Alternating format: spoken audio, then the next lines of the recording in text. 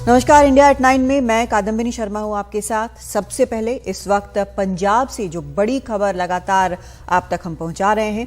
पंजाब के जालंधर में खालिस्तान समर्थक अमृतपाल सिंह की गिरफ्तारी की कोशिश हो रही है। जालंधर में बड़ा तलाशी अभियान चल रहा है। सूत्रों के मुताबिक अमृतपाल सिंह के 50 सहयोगियों, जिनमें उसके पिता और चाचा भी शामिल हैं, उन्हें हिरासत में लिया जा चुका है। पंजाब में इंटरनेट सेवाएं बंद कर दी गई हैं और कई जिलों में धारा 144 लागू कर दी गई है। वारिस पंजाब डे संगठन के प्रमुख अमृतपाल सिंह के खिलाफ 3 केस दर्ज किए गए हैं। इनमें से 2 केस अमृतसर के अजनाला थाने में दर्ज हैं। अपने करीबी की गिरफ्तारी से नाराज अमृतपाल सिंह ने फरवरी में अजनाला थाने पर हमला कर दिया था। इस केस में कार्रवाई न होने के चलते पंजाब पुलिस की काफी आलोचना भी हुई थी।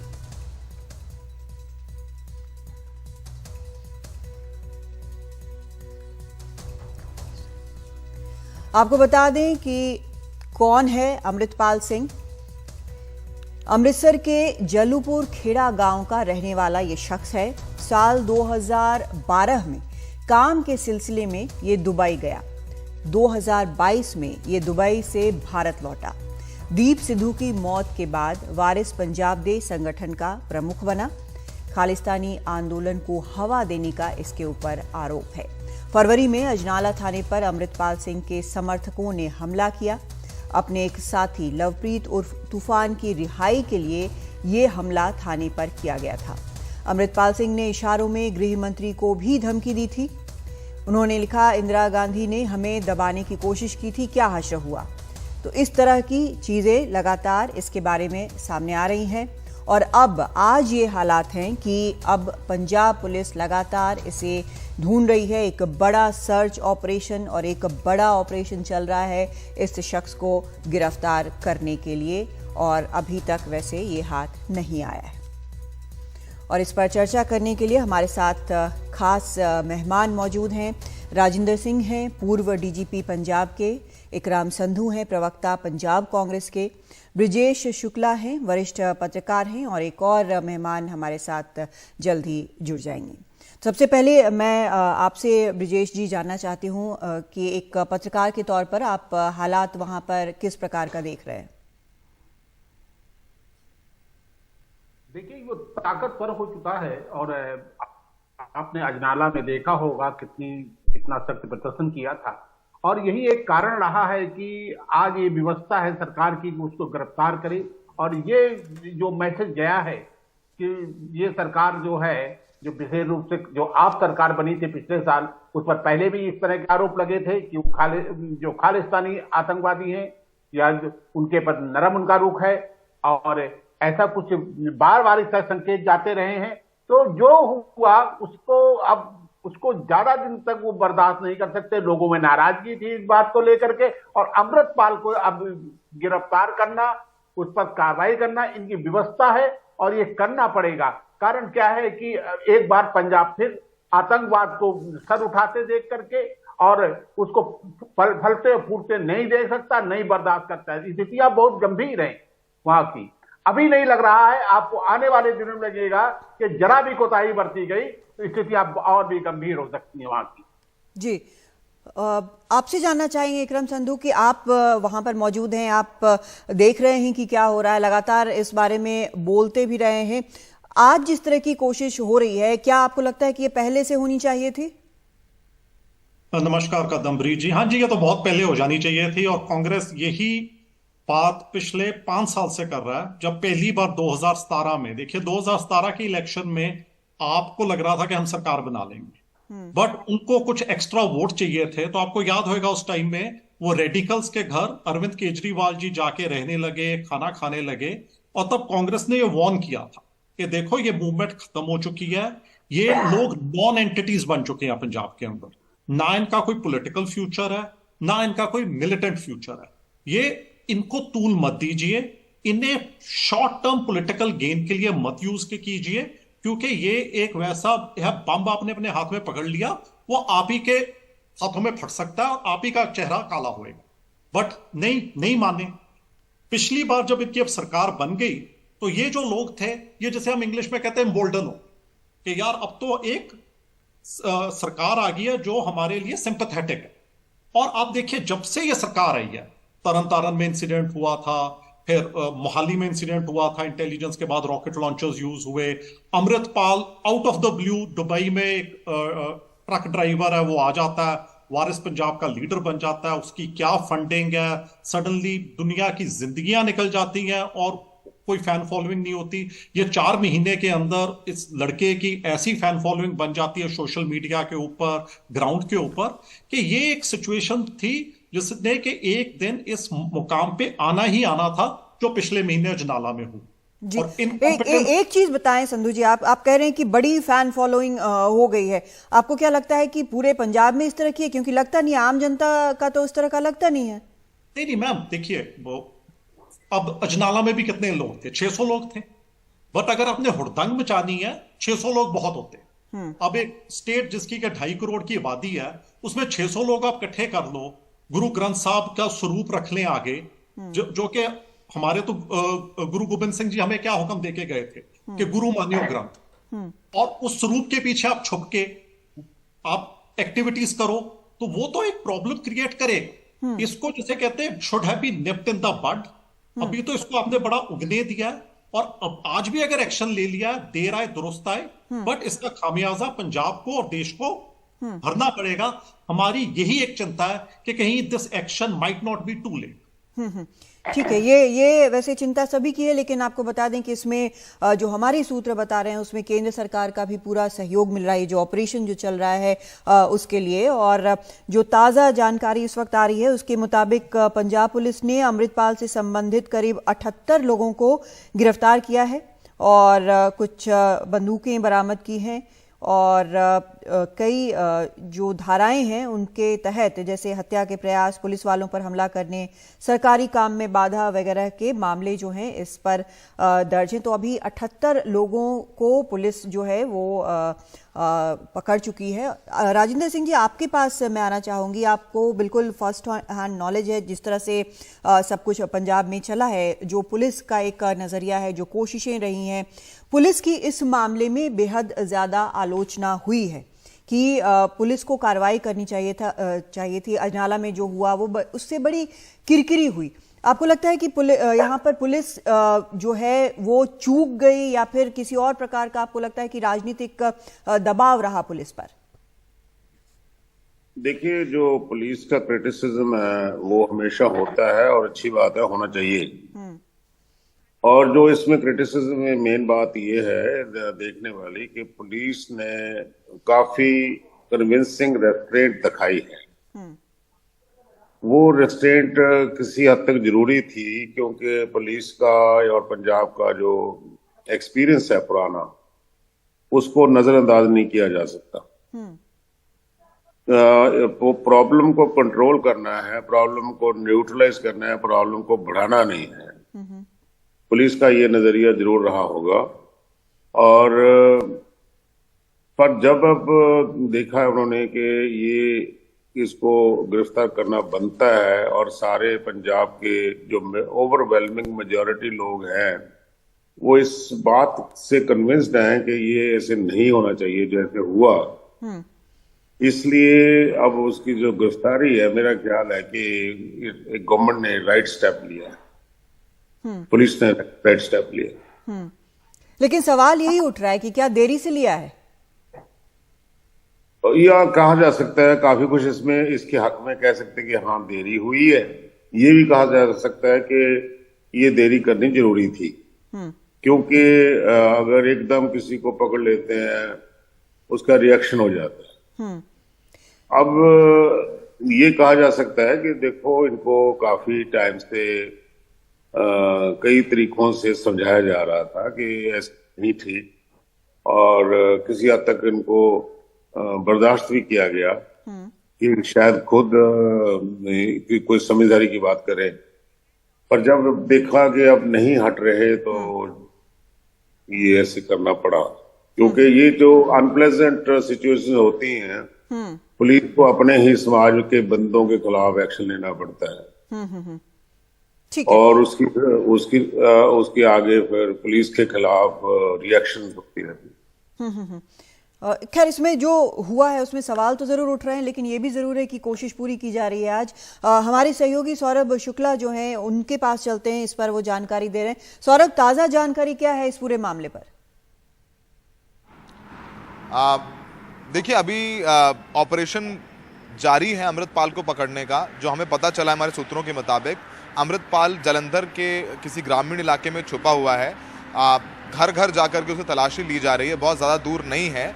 लगभग 1 बजे दोपहर में ये पूरा ऑपरेशन लॉन्च किया गया था। अमृतपाल अपने सहयोगियों के साथ कुछ कार्यक्रमों में भाग लेने के लिए जालंधर और मोगा आया था। उसके 7 सहयोगियों को तो ऑन द स्पॉट गिरफ्तार कर लिया गया था, लेकिन किसी तरीके से ये वहाँ से भाग निकला। तो अभी पंजाब पुलिस अमृतपाल सिंह, उसके साथ में लवप्रीत तूफान और उसका एक फंड करने वाला फाइनेंसर है, उसको भी अरेस्ट करने के लिए लगातार दबिश दे रही हैं। और लवप्रीत तूफान वही है कादम्बिनी जिसको छुड़ाने के लिए 24 फरवरी को अमृतपाल सिंह अजनाला पुलिस स्टेशन जाता है अपने सैकड़ों समर्थकों के साथ में। उसके साथ में पालकी साहब में गुरु ग्रंथ साहिब होते हैं और थाने पर कब्जा करके पुलिस पर दबाव बना करके अगले दिन वो लवप्रीत तूफान को छुड़वा लेता है। उसके बाद पंजाब पुलिस की काफ़ी आलोचना भी हुई कि अमृतपाल सिंह जो एक प्रो खालिस्तानी है, खालिस्तान की बात करता है, अलगाववादी सोच रखता है, उस पर कैसे सॉफ्ट हो गई। तो पूरी प्लानिंग के साथ ये ऑपरेशन किया गया। अमृतपाल के ऊपर 4 मुकदमे हैं, जिसमें से एक मुकदमा अजनाला पुलिस स्टेशन में है, जिसमें सरकारी काम में बाधा पहुंचाने, जान से मारने की कोशिश करने, पुलिस वालों पर हमला करने, सरकारी कर्मचारियों को उनके काम करने से रोकने की धाराएं अमृतपाल पर लगाई गई हैं। अमृतपाल के से संबंधित कुल 78 लोगों को पुलिस ने आज गिरफ्तार किया है, जिसमें उसके पिता और उसके चाचा भी शामिल हैं। अमृतपाल का जो गांव है वो अमृतसर रूरल में है, अमृतसर ग्रामीण में है, जिसे पूरी तरीके से सील कर दिया गया है। वहाँ पे रैपिड एक्शन फोर्स को तैनात किया गया है। पंजाब में जब दिल्ली में आए थे, दिल्ली में आकर के भगवंत मान जो मुख्यमंत्री हैं पंजाब के, वो मिले थे आकर के अमित शाह से, तो उस पर चर्चा हुई। और उसके बाद 18 कंपनीज पैरामिलिट्री फोर्स की भी भेजी गई थी पंजाब में। पंजाब पाकिस्तान का बॉर्डर भी है। और सबसे बड़ी बात यह है कि अमृतपाल सिंह का राइज भी बहुत चमत्कारी राइज भी हुआ। पहले ये 2019 तक दुबई में था, ट्रक चलाता था, तब वो पगड़ी भी नहीं रखता था। एक आम पंजाबी लड़के जो विदेश जाके रहना चाहते हैं, बसना चाहता है, वही उसके एस्पिरेशंस थे। उसके बाद 2020 में किसान आंदोलन में वो एक्टिव हुआ, वो भारत आया, किसान आंदोलन में भाग लिया, लोगों को मोटिवेट किया, सोशल मीडिया के जरिए लिखने लग गया। उसके बाद इसने अमृत चखा, दाढ़ी बढ़ाई, बाल केश रखने शुरू कर दिए, रिलीजियस धार्मिक तौर तरीकों से वो वहाँ पर सिख समुदाय के लोगों में पेनिट्रेट कर गया, घुस गया। उसके बाद जब दीप सिद्धू की एक एक्सीडेंट में मौत हो गई, तो दीप सिद्धू ने वारिस पंजाब दे नाम का संगठन बनाया था, जो पंजाब के मुद्दों को लेकर के काम करता था। उसके बाद वो उसका प्रमुख बन गया, तो जो वारिस पंजाब दे के समर्थक थे वो इसके साथ आ गए। दीप सिद्धू काफ़ी पॉपुलर था। आपको याद होगा जब किसान आंदोलन में 26 जनवरी को किसान लाल किले पहुंचे थे, तो दीप सिद्धू ने सबसे पहले लाल किले में झंडा साहब फहराया था जाकर के, तो उससे पॉपुलैरिटी काफ़ी बड़ी थी दीप सिद्धू की। तो वारिस पंजाब दे बड़ा संगठन था। उसके बाद इसने अमृतपाल ने अपने आप को भिंडरावाला की तरह दिखना शुरू किया, भिंडरावाला की तरह चलना, भिंडरावाला की जैसे कपड़े पहनना। और कादम्बिनी हम उनके घर पे गए हैं, अमृतपाल के घर पे हमने प्रोफाइल किया जाके। उसके साथ 50 से 60 लोग आसपास रहते थे जो कि आर्म्ड थे। तो कुल उनसे भी 9, अभी जो आज जितने अरेस्ट हुए हैं उनसे 9 वेपन्स जो हैं, बंदूकें पुलिस ने बरामद की हैं। 350 से ज़्यादा लाइव बुलेट्स कार्ट्रिजेस हैं, उनको भी बरामद किया है। एक बहुत बड़ा हंट ऑपरेशन चल रहा है पंजाब में। 12 बजे तक, कल दोपहर 12 बजे तक इंटरनेट सस्पेंड किया गया है। कई ज़िलों में धारा 144 लगा दी गई है। अमृतपाल को बहुत ज़्यादा अभी तक समर्थन नहीं मिल रहा है कि कोई कानून व्यवस्था को की कोई स्थिति उत्पन्न हो गई है। अभी ऐसा कुछ निकल करके सामने नहीं आया है, क्योंकि पहले से ही लोगों को सेंसिटाइज कर दिया गया था। क्योंकि जब अमृतपाल ने 24 फरवरी को जब ये पालकी साहब में गुरु ग्रंथ साहब को लेकर के पहुंच गया था, उसके बाद पंजाब पुलिस ने कहा था कि अगर हम हमला करते या हम लोग रिटेलिएट करते तो ये होता कि बेअदबी करी है गुरु ग्रंथ साहिब से, तो वो हमने इसलिए हम लोगों ने रिफ्रेन किया। तो फिलहाल एक बहुत बड़ा ऑपरेशन जारी है अमृतपाल को गिरफ्तार करने के लिए। कादम्बिनी, बहुत शुक्रिया आपका सौरभ इस पूरी जानकारी के लिए। और जानकारी के लिए आपके पास हम लगातार आते रहेंगे। हमारे साथ यहाँ मेहमान भी जुड़े हुए हैं, एक और मेहमान हमारे साथ जुड़ गई हैं, हुदा जरीवाला इस वक्त हमारे साथ जुड़ गई हैं। आपका बहुत स्वागत है। मैं ये जानना चाहती हूँ, आपके आने के पहले जो हम बात कर रहे थे वो ये कि कहीं ना कहीं ढिलाई हुई है इस तरह के एलिमेंट्स पर, उनको तुरंत उनके ऊपर दबाव बनाने, तुरंत उनको चेक करने को लेकर, जिसके कारण आज ये स्थिति देखने को मिल रही है? जी बिल्कुल, देखिए at the end of the day ना पंजाब पुलिस ये चाहेगी कि कहीं भी किसी तरह का भी कोई लॉ एंड ऑर्डर का सिचुएशन ऐसा बने जिसमें सिटीजन्स को सफर करना पड़े, जिसमें कहीं पे भी स्थिति खराब हो। तो लॉ एंड ऑर्डर पंजाब के लिए, क्योंकि वैसे ही एक बॉर्डर स्टेट है, सेंसिटिव स्टेट है, तो पंजाब पुलिस के लिए भी बहुत एक अहम मुद्दा है। एंड ऑब्वियसली क्योंकि अरविंद केजरीवाल जी से भगवत मान जी को ऑब्वियसली वो एसोसिएटेड है, तो एक कहीं ना कहीं जो अगर पंजाब की बात होती है तो बाय डिफॉल्ट दिल्ली भी उसके साथ आ जाती है। तो ऑब्वियसली दिल्ली के लिए, पंजाब के लिए ये सिचुएशन को अंडर कंट्रोल रखना बहुत जरूरी है। अगर कहीं ना कहीं इन्होंने, अमृतपाल ने अगर उकसाने का काम किया, अगर कहीं ना कहीं इन्होंने इस तरह के कोई गैर कानूनी काम किए हैं जिसमें स्थिति बिगड़ सकती है, लोगों को गलत तरीके से अगर उन्होंने एक खालिस्तान मूवमेंट चलाने का कोशिश किया है, तो ये बिल्कुल गलत है। Punjab police, Punjab government and in fact Arvind Kejriwal ji कोई भी इस बात को बर्दाश्त नहीं करेगा कि मुल्क के कहीं से भी लॉ एंड ऑर्डर की स्थिति खराब हो। जी, कांग्रेस का यहाँ जो कांग्रेस के, पंजाब कांग्रेस के प्रवक्ता बैठे हैं, उनका ये आरोप है कि आप सरकार ने वहां पर पूरी तरह से मजबूती नहीं दिखाई कंट्रोल करने में। नहीं, बिल्कुल ऐसी बात नहीं है। देखिए, पंजाब एक सेंसिटिव स्टेट है। पंजाब में चीजों को कंट्रोल करना इतना आसान वैसे नहीं होता है। ये जो सिचुएशन अभी बनी हुई है, ये कहीं ना कहीं आम आदमी पार्टी को भी फेस करना पड़ रही है प्रीवियस सरकारों की वजह से, चाहे वो कांग्रेस सरकार हो, चाहे बीजेपी के साथ मिलकर जो सरकार बनी थी, किसी भी तरह की सरकार पंजाब में आई हो, लॉ एंड ऑर्डर की सिचुएशन हमेशा हमेशा सेंसिटिव रही है। और आगे भी पंजाब को ऑब्वियसली एक, क्योंकि बॉर्डर स्टेट है, तो एक अलग तरीके से डील करना पड़ता है। तो आम आदमी पार्टी की तरफ से ना कहीं कोताही हुई है, ना आम आदमी पार्टी खालिस्तान मूवमेंट को सपोर्ट करती है। टाइम एंड अगेन आम आदमी पार्टी पे ये इल्जाम लगाया जाता है कि खालिस्तानी सपोर्टर्स है, उनके सपोर्ट से गवर्नमेंट में आए। ये सरासर झूठ है। और कहीं पे भी अगर इस तरह की सिचुएशन बनेगी जहां पे सिटीजन्स को कोई भी खतरा हो, किसी पुलिस वाले को कोई खतरा हो, या इन जनरल पूरे स्टेट को कोई खतरा हो, तो कहीं से भी पुलिस बर्दाश्त नहीं करेगी। इसीलिए पंजाब में कोई देरी नहीं की गई है, कोई इस तरह की जो स्थिति अभी बनी है, और वो शुक्र है बन गई, क्योंकि आगे जाके यू नेवर नो कि सिचुएशन और बिगड़ सकती थी, कुछ और मामला सामने आ सकते थे। उससे पहले ही पंजाब पुलिस ने बहुत ज्यादा विजिलेंस दिखाई। पंजाब पुलिस ने अपनी तरफ से पूरा की पूरी रिस्पॉन्सिबिलिटी अदा करी है, अपना फर्ज निभाया है। और मेरा ख्याल से हम लोगों को पंजाब पुलिस को ऑब्वियसली अप्रिशिएट करना चाहिए। पंजाब पुलिस अपना काम कर रही है। आपने जो बोला है सही बात है, खालिस्तान का कोई भी सपोर्ट इस तरह से नहीं कर सकता है, कोई भी पार्टी नहीं करेगी। लेकिन संधू जी, आप शायद इनका जवाब देना चाहते हैं। आपने आरोप लगाया कि ढिलाई हुई है, ये कह रही हैं, हुदा जरीवाला कह रही हैं कि कोई ढिलाई नहीं हुई है, समय को देखते हुए किया गया। इस पे क्या बोलेंगे? मैडम, मैं आपको एक बात बताता हूँ। पिछले साल जब पंजाब में इलेक्शन हुई थी, तो कुमार विश्वास जी ने एक बयान दिया था कि मेरे को प्राइवेट कन्वर्सेशन में अरविंद केजरीवाल ने कहा कि अगर और कुछ नहीं, मैं खालिस्तान का प्राइम मिनिस्टर बन जाऊंगा। प्राइवेट कन्वर्सेशन इसमें ना लाएं, जो पब्लिक डोमेन में है वही। मैम, ये प्राइवेट कन्वर्सेशन नहीं है। उन्होंने ये बयान प्रेस में दिया था कि भैया मेरे को, जब दुनिया ने पूछा कुमार विश्वास से कि आपके ऊपर डेफर्मेशन का केस डाल देगा अरविंद केजरीवाल, तो कहते हैं मेरे पास प्रूफ है, वो डाले मेरे पे केस। कुमार विश्वास को इससे बाहर छोड़ दीजिए, आप पार्टी पे आइए, आप जो सरकार है उस पर आइए। हाँ, मैं बता रहा हूं ना। उसके बाद यहाँ एक कॉन्क्लेव हुई थी, अरविंद केजरीवाल जी को ओपन क्वेश्चन पूछा गया कि कुमार विश्वास ने आपके अगेंस्ट ये एलिगेशन लगाई है, आप क्या कहते हो? कहते मैं इलेक्शन जीत गया, जनता ने इसका जवाब दे दिया। अरे दिस इज द आंसर। इसको कई तरह से इंटरप्रेट किया जा सकता है। वैसे आपको कहना चाहिए कि नहीं, देश की अखंडता किसी कुर्सी से ज्यादा इंपॉर्टेंट है। हम आपको एग्जांपल देते हैं। 1985 में जब राजीव गांधी जी इंडिया के प्राइम मिनिस्टर थे, उन्होंने एक अकॉर्ड साइन किया था हरचंद सिंह लोंगोवाल के साथ। कुलदीप नैयर ने उनकी इंटरव्यू ली थी, क्योंकि उसके अंदर lot of concessions were given to Akalis. And Kuldip Nayar ने कहा कि राजीव जी, जो आपने अकॉर्ड साइन किया, इससे अगले 20 साल कांग्रेस पंजाब में पावर में नहीं आएगी। राजीव गांधी का जवाब पता क्या था?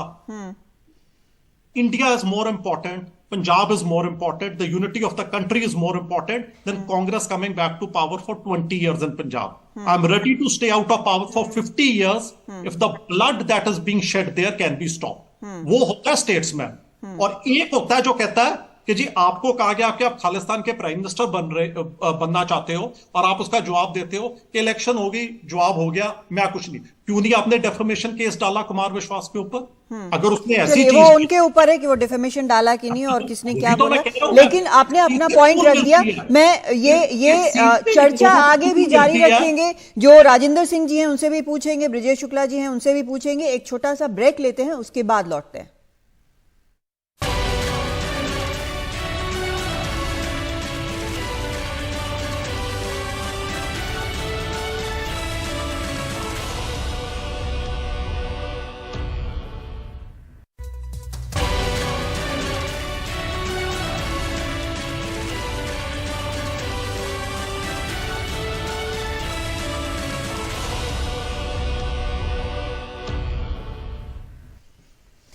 खालिस्तान समर्थक अमृतपाल सिंह की गिरफ्तारी की कोशिश लगातार चल रही है और पुलिस ने पूरा जोर लगाया हुआ है। पंजाब पुलिस ने सर्च ऑपरेशन चल रहा है, कोशिशें तेज हैं। 78 उसके सहयोगी गिरफ्तार किए गए हैं, बंदूकें 9 बरामद हुई हैं। और आप समझ सकते हैं कि पंजाब जिस तरह से बॉर्डर स्टेट है और जिस तरह का वहां का इतिहास रहा है, उसको देखते हुए किस तरह से पुलिस जो है वो लगातार इस काम में जुटी हुई है, कोशिश कर रही है, दबिश लगातार बनाई हुई है।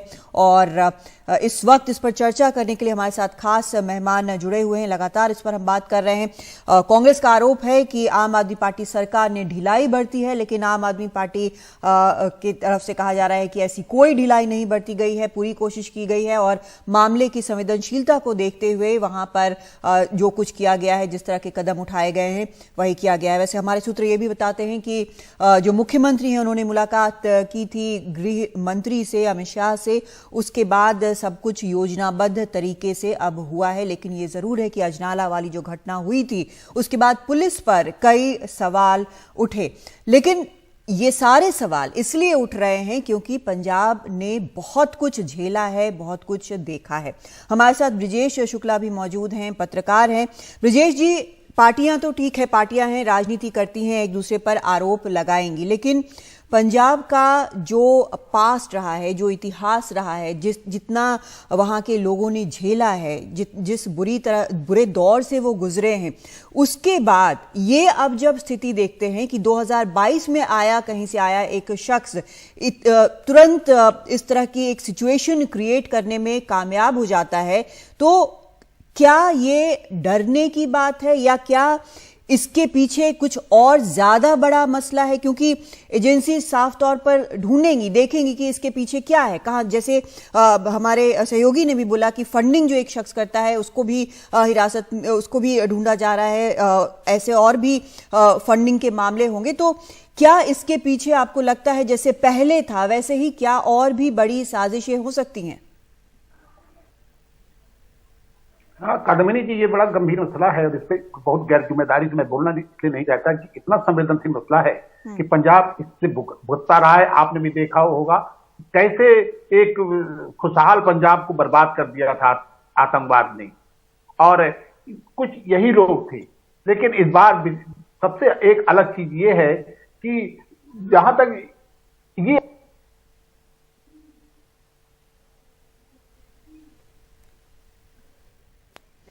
लगातार उन पर आरोप लगते रहे, पहले से ही पिछले चुनाव में भी आरोप लगे थे कि थोड़ा इनकी नरमी है।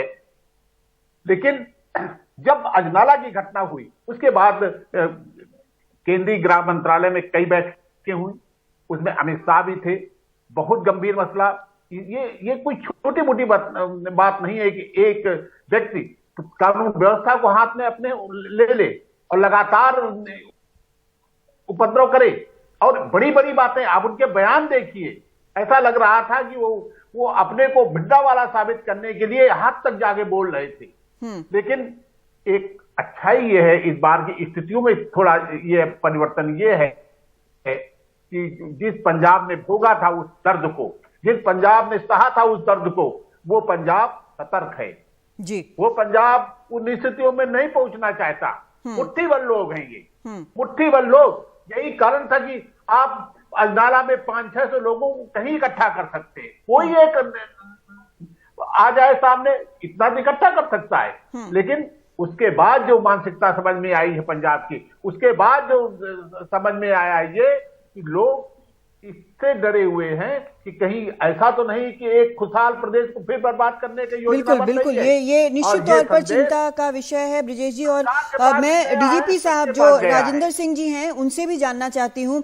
सर, आपने ये कहा कि पुलिस जो कुछ कर सकती है कर रही है, यहाँ पर राजनीति चाहे जो हो, लेकिन जब घटनाएं एक के बाद एक हो रही हैं तो फिर इसको लेकर रॉकेट लॉन्चर्स की बात यहाँ इकरम संधू ने की, उसके बाद अजनाला में वहां पर थाने पे हमले की बात की। क्या आपको लगता है कि इतने दिन तक जो एक शांति रही है उससे सतर्कता में कहीं कमी आई है?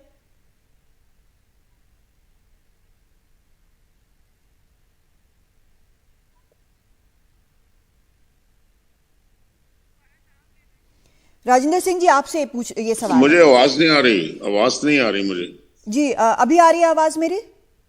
बहुत कम आ रही है, बोलो, आप बोलो। मैं थोड़ा तेज बोलती हूँ फिर। आपको लगता है कि इतनी सारी घटनाएं हुई हैं, जैसे रॉकेट लॉन्चर वाली घटना हुई, उसके बाद अजनाला थाने पे हमले की घटना हुई, लोग सतर्क हैं, लेकिन क्या आपको लग रहा है कि इतने दिनों तक जो शांति रही है उसके कारण पुलिस की सतर्कता में कमी आई है? असल में लोग बिल्कुल नहीं चाहते कि ऐसी वायलेंस हो, बिल्कुल। और पुलिस भी अपने पूरी निगाह जमाई बैठे हैं। पुलिस का भी देखो, जितने भी ऐसी कोई वारदात हुई है उसको बड़ी मुस्तैदी से पुलिस ने डिटेक्ट किया है और लोगों को पकड़ा है। तो पुलिस और पीपल दोनों बिल्कुल सतर्क हैं, इसके खिलाफ हैं लोग। बिल्कुल, ये खिलाफ होना भी चाहिए। तो फिलहाल वक्त हमारे पास बहुत ज्यादा नहीं बचा है, लेकिन ये जरूर ऐसा मसला है जहां पर सबको साथ मिलके खड़े होने की जरूरत है। हम देख रहे हैं कि किस तरह से केंद्र जो है फिलहाल बिल्कुल सपोर्ट कर रहा है, साथ में लगा हुआ है, अर्धसैनिक बल भी वहां पर तैनात हैं। पंजाब में कोशिश ये चल रही है कि अमृतपाल सिंह जो इस तरह का जो उसने किया है और जिस तरह की बरामदगी हुई है, जिस तरह की बातें वो कर रहा है, जिस तरह से भिंडरावाला की तरह अपने आप को वो पेश करने की कोशिश कर रहा है, तो पंजाब के लोग सतर्क हैं, रहना भी चाहिए, लेकिन सरकारों को भी बेहद सतर्क इस पूरे मामले में रहना चाहिए, क्योंकि बड़ी मुश्किल से पंजाब में सुख शांति फिर से आई है और वहां पर होनी चाहिए। ये सबसे बड़ी जरूरत है और ये देश के लिए भी बेहद अहम है। हमारे सभी मेहमानों का बहुत शुक्रिया इस खास चर्चा में हिस्सा लेने के लिए। एक ब्रेक लेते हैं और ब्रेक के बाद लौटते हैं कुछ और खबरों के साथ।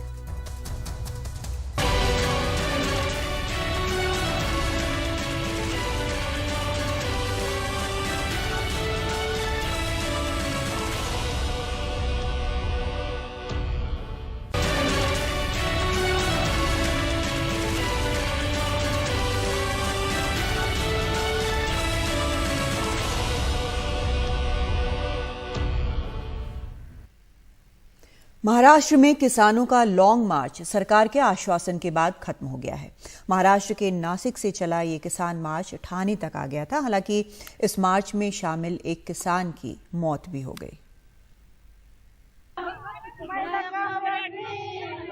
12 मार्च को पैदल मुंबई की तरफ निकले किसान 6 दिन बाद रेलगाड़ी से वापस जा रहे हैं। शिंदे फडणवीस सरकार ने किसानों की लगभग सभी मांगे मान ली और उसे अमल में लाना भी शुरू कर दिया। इसलिए मोर्चे का नेतृत्व कर रहे किसान नेता जेपी गावित ने आंदोलन समाप्त करने की घोषणा कर सभी किसानों को रेलगाड़ी से वापस भेज दिया। बहुत सारी मांगे चर्चा अंतिम सकारात्मक ली गई और उसकी अमल बजावनी भी आज से शुरू हो गई। इसीलिए समाधान होके हम अभी हमारा जो लॉन्ग मार्च था वो यहीं रुकाते हैं और यहाँ से हम वापस चलने के लिए निकल पड़े। प्याज के उचित दाम और खेत नाम पर करने जैसी 14 मांगों को लेकर 10,000 के करीब किसान नासिक के दिंडोरी से 12 मार्च को निकले थे। भारतीय कम्युनिस्ट पार्टी के नेतृत्व में निकला ये मोर्चा जैसे जैसे मुंबई की तरफ बढ़ रहा था, सरकार पर दबाव बढ़ता जा रहा था। 16 मार्च को मुख्यमंत्री एकनाथ शिंदे और उप मुख्यमंत्री देवेंद्र फडणवीस ने किसानों के प्रतिनिधि मंडल से बात की और उनकी ज्यादातर मांगे मान ली और कुछ के लिए एक समिति का गठन कर 1 महीने के अंदर रिपोर्ट देने का आदेश दिया। समिति में राज्य के कैबिनेट मंत्री के साथ मोर्चे का नेतृत्व कर रहे जेपी गावित और एक विधायक विनोद निकोले को भी रखा गया। अखिल भारतीय किसान सभा के नेता अजीत नवले ने समिति में अपना नाम न होने पर सवाल उठाया था, लेकिन मुख्यमंत्री ने विधानसभा में आश्वासन और जिला कलेक्टरों को वादों पर तुरंत अमल करने का आदेश देकर किसानों का भरोसा जीत लिया। आश्वासन मिला, ये जगह हमारी है ना, ये खेती की जगह, हाँ, वो हमें मिलेगी, ओके, बढ़ा के मिलेगी, हाँ, और 12-13 जो मांगने थे, कांदे का भाव, शेतकरी का, और आंगनवाड़ी आशा वर्कर्स, उसको सरकारी सेवा में समाविष्ट करने, ऐसा जो 12-13 मांगने थे, उसका आश्वासन मिल गया शिंदे सरकार से। लेकिन ये जीत इतनी आसान नहीं थी। मोर्चे में शामिल एक किसान पुंडलिक जाधव की मौत हो गई। कड़ी धूप में पैदल चलने और बेमौसम बारिश ने किसानों का हाल बेहाल कर दिया था। मोर्चे में व्यवस्था की जिम्मेदारी संभाल रहे किसान इंद्रजीत गावित ने इसके लिए भी सरकार को ही जिम्मेदार ठहराया। गांव से फोन आने लगे कि अभी यहाँ तहसीलदार आए हैं, यहाँ तलाटी आ गए हैं, ऐसा कर रहे हैं, वैसा कर रहे हैं, फॉरेस्ट के लोग आ रहे हैं, और सब मतलब काम जो है वो नीचे चालू होने की शुरुआत अभी हो गई है। तो हमें गांव से पता चला, प्रशासन से नहीं, गांव से पता चला, और हमारी मांग थी कि अभी आश्वासन से हम संतुष्ट नहीं है, हमें अमल चाहिए। जो भी हमने मांग रखी है, गवर्नमेंट ने मान्य की है, उसका अमल गांव तक होना चाहिए। अभी अमल जो है अभी वो चालू हो गया है, इसलिए हमने जो अभी ये लॉन्ग मार्च था अभी ये यहाँ बंद कर दिया। सरकार के अधिकारियों ने आज गांव तक पहुंचना शुरू कर दिया। बीडीओ, तलाटी सभी गांव तक पहुंचने लगे। गांव से खबर आई तो जो आंदोलनकारी हैं उनका कहना है कि इसीलिए ये जो मोर्चा था, आंदोलन था किसानों का, फिलहाल स्थगित कर दिया गया है। और हम देख रहे हैं कि ये मैदान जहाँ पर किसान बड़ी संख्या में डटे हुए थे, हजारों की संख्या में डटे हुए थे, वो अब खाली हो चुका है। सभी किसान यहाँ से वापस अपने घरों की तरफ लौट चुके हैं। बस एक बात और उन्हें जो है और उनकी तरफ से कहा गया है कि क्रियान्वयन शुरू तो हो गया है, लेकिन जो और भी कई मांगे हैं जिनमें थोड़ा वक्त लग सकता है, तो 6 महीने वो इंतजार करेंगे। और 6 महीने में अगर वो बातें भी पूरी नहीं हुई तो फिर से एक बार किसान मुंबई की तरफ कूच करेंगे। वाशिंगटन से कैमरामैन संजय मंडल साथ सुनील सिंह, NDTV इंडिया के लिए। आम आदमी पार्टी के सांसद राघव चड्ढा ने बीजेपी पर निशाना साधा है। राघव चड्ढा ने कहा कि मनीष सिसोदिया एक आधे राज्य के आधे उप मुख्यमंत्री अगर बीते 8 साल से प्रधानमंत्री और प्रचंड बहुमत वाली बीजेपी सरकार के नेताओं की जासूसी करा रहे थे और इसकी कानो कान खबर ना तो केंद्र सरकार को हुई और ना ही ED, NIA और CBI को, तो सवाल तो इन एजेंसियों पर है। फिर तो चीन, पाकिस्तान जाने क्या क्या करते हैं, तो उन पर आप क्या कर पाएंगे। चड्ढा ने यह भी आरोप लगाया कि आपके विधायकों को जांच एजेंसियों के नाम पर डरा धमकाकर सरकार गिराने की फिराक में है। चड्ढा ने कहा कि बीजेपी सत्ता पक्ष के आप विधायकों को सियासी विकल्प दे रही है। जवाब में बीजेपी ने कहा कि राघव चड्ढा ठीक से सिसोदिया का बचाव नहीं कर पा रहे, उन्हें जासूसी मामले से जुड़े FIR को पढ़ने के बाद कुछ बोलना चाहिए। पिछले 8 साल से यह आरोप लगाया गया कि मनीष सिसोदिया प्रधानमंत्री मोदी जी और बीजेपी के बड़े बड़े नेताओं की जासूसी करा रहे हैं। इसके चलते उन पे CBI का एक और मुकदमा दर्ज हो गया। अगर ऐसा हो रहा है तो सबसे बड़ा सवाल तो भारत की एजेंसियों की और केंद्र सरकार की काबिलियत पे खड़ा होता है। अगर 8 साल से आप एक आधी सरकार का आधा मुख्यमंत्री, उप मुख्यमंत्री आपकी जासूसी करा रहा था और आपको 8 साल तक पता नहीं लगा, तो फिर चीन और पाकिस्तान आपके साथ क्या क्या कर रहा है, उससे तो फिर आप क्या ही लड़ पाएंगे। CBI और इन्फोर्समेंट डायरेक्टरेट के पास मनीष सिसोदिया जी के खिलाफ रत्ती भर भी केस नहीं है, सबूत नहीं है, एविडेंस नहीं है। एक ही मकसद है भारतीय जनता पार्टी का कि मनीष सिसोदिया जेल से बाहर ना निकल पाए, और उसी मकसद के चलते आज ये प्री ट्रायल बेल ना मिले, pre trial jail Manish Sisodia ji को मिल जाए, इस पॉलिसी पे केंद्र में बैठी बीजेपी की सरकार लगातार चल रही है। मैं साफ तौर पे कहना चाहता हूं कि यह पूरा केस एक क्लासिक एग्जाम्पल है abuse of process of law का। मुझे लगता है कि राघव चड्ढा एक कमजोर पिच के ऊपर खेल रहे हैं और एक कमजोर डिफेंस लोगों के सामने पेश कर रहे हैं। उस FIR में कहीं नहीं लिखा कि प्राइम मिनिस्टर की स्नूपिंग हो रही है, 8 साल से हो रही है। ये मामला 2015-16 का है, जब ACB आप लोगों के पास थी। तब आपने ये स्नूपिंग के यूनिट्स ये जो FB यूनिट्स हैं वो बनाए और स्नूपिंग के इक्विपमेंट्स मंगवाए। आरोप ये है।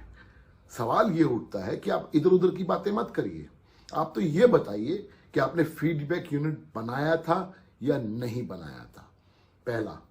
दूसरा सवाल, आपने स्नूपिंग के लिए इक्विपमेंट्स खरीदे थे या नहीं खरीदे थे? क्योंकि सूचना ये मिल रही है कि आपने इजराइल और तमाम एजेंसियों से, तमाम वेंडर से आपने जासूसी के लिए उपकरण खरीदे थे।